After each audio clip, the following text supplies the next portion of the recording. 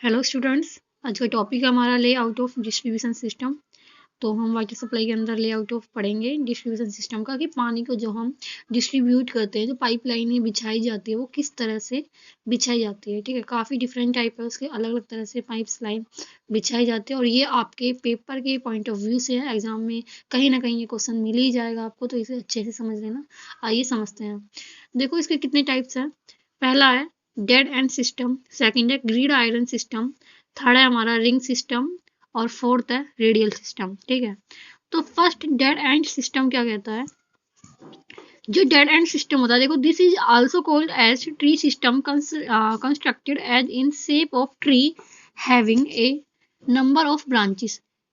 Dead end system को हम tree tree system भी बोलते हैं, और इसकी जो शेप होती है वो ट्री की तरह होती है। ठीक है, इसमें नंबर ऑफ ब्रांचेस होती हैं, काफी सारी ब्रांचेस होती हैं। A number of sub mains originate at right angle from the main pipe. जो मेन पाइप से क्या होता है कि जो सब मेन होती है, देखो ये मेन लाइन है और इसके बाद ये सब मेन पाइप है। ठीक है, तो ये इसके राइट एंगल ट्रायंगल पे होती है 90 डिग्री पे। ठीक है, उसके बाद each submain is divided into several branch pipes, also called as lateral.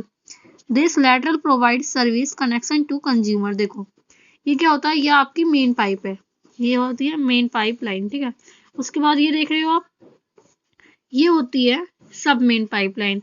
ये होती है आपकी right angle triangle, right angle पे देखो 90 डिग्री पे है ना, बिल्कुल सीधी, और ऐसे दे रखी है, तो इसको बोलते हैं लेटरल। ठीक है, ये वाला जो सिस्टम होता है इसको बोलते हैं डेड एंड सिस्टम। उसके बाद इसके एडवांटेजेस पढ़ते हैं। एडवांटेजेस क्या, देखो easy solution, this distribution network can be solved very easily. जो इस सिस्टम में जो कोई भी प्रॉब्लम होती है उसको हम इजी सॉल्व कर सकते हैं। ठीक है, इसके बाद देखो walls, less number of cut of walls required.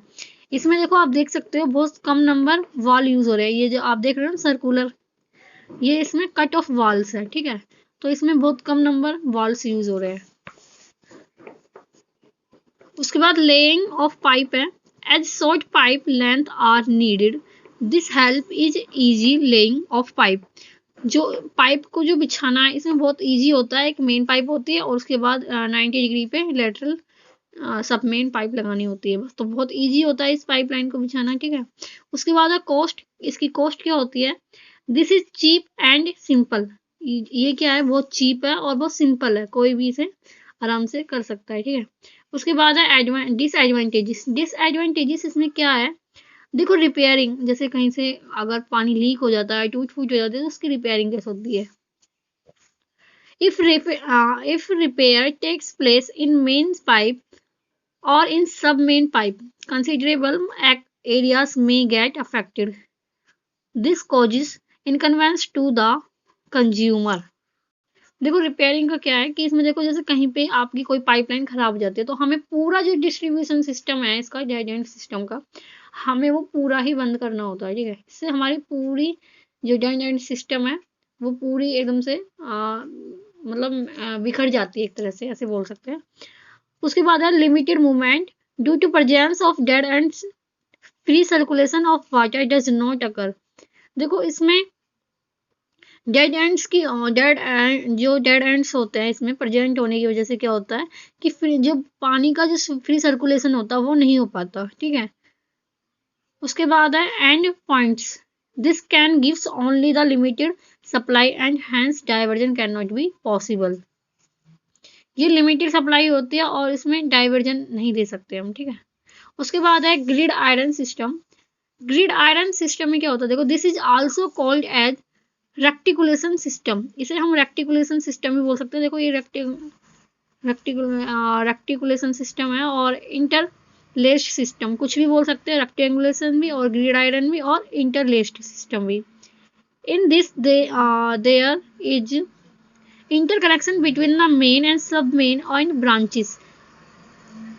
Grid iron system में क्या होता है, देखो मेन लाइन होती है, सब मेन लाइन होती है, और ब्रांचेस जो होती है, इन सब में इंटरकनेक्शन होता है बीच में आपस में।